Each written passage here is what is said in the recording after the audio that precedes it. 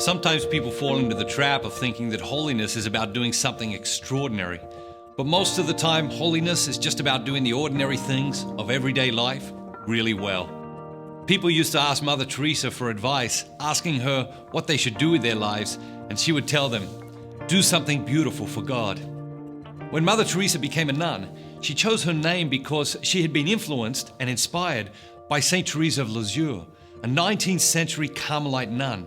Saint Teresa was famous for what she called the little way. The little way suggests that we can all grow in holiness just by doing the ordinary things of everyday life and doing them well. For example, Teresa wrote that simply picking something off the ground when it was inconvenient or when you would rather not do something and offering that small action to God could help you to grow in holiness. In the same way, giving your full attention to the person you are with rather than texting somebody else is a way to grow in holiness. As is doing your chores without being asked, or doing your brother's or sister's chores because you know they're having a tough day. The little way is everywhere. Holiness doesn't necessarily mean doing extraordinary things. God invites us to do the little things of everyday life with great love. When is the last time you did something with great love? Seriously, think about it. When is the last time you did something with great love? And even when holiness does involve something extraordinary, that extraordinary thing usually comes as the culmination of 1,000 small things done with great love. Once we discover the little way, we begin to recognize that opportunities to grow in holiness are everywhere. Everything that happens every day is an opportunity to grow in holiness. The way we interact with people, the way we work, the way we study, the way we use our free time are all opportunities to grow in holiness. Have you ever known someone who was holy? Who's the holiest person you've ever met? The man who encouraged me to pray for 10 minutes a day? He was a holy man. I first met him when I was about 15 years old, and I've never forgotten the things he's taught me about life. He gave me dozens of insights, but what he taught me about work and study, I've used every day. When you study, he said to me, put the initials of someone at the top of each page of notes or at the top of each page you read in a book. Then, in a very short prayer, offer the work on that page to God as a prayer for that person. Perhaps your dad is having a hard time at work, or your grandmother is sick, or maybe you have a friend or a sibling who needs your prayers. Place their initials at the top of a page and offer the work on that page to God as a prayer for that person. In this way, we can transform every hour of study into an hour of prayer. At the time, I had a job after school working at a pharmacy. I used to ride around on my bike delivering packages to the elderly. He taught me the same thing about my work.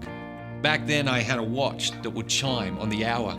He said to me, each time your watch chimes, offer the next hour of your work to God as a prayer for a particular person or a particular intention. In this way, we transform every hour of work into an hour of prayer. St. Paul wrote, pray without ceasing. But we can't just all go down to church and pray all day long. So what did Paul mean? What was he trying to say to us? He was encouraging us to transform everything we do into prayer. You see, everything is an opportunity to grow in holiness. One thing that is beautifully unique about Christianity is our belief that suffering has value. Life is difficult. Life is wonderful and beautiful, but it's also difficult. And suffering is an inevitable part of life. The question is not, are you going to suffer or aren't you going to suffer? There's going to be suffering in your life. And so the question is, how are you going to respond to suffering? Even suffering is an opportunity to grow in holiness. Jesus said, if anyone wishes to come after me, he must deny himself, take up his cross, and follow me. I visited with a good friend of mine last week. He's an old priest and he's been in horrific pain for months with back problems. When I visited, he told me he has been sitting in this chair for 23 hours a day for more than a week while he's been waiting to have an operation. He smiled this huge smile and he said, but I'm not wasting any of my suffering.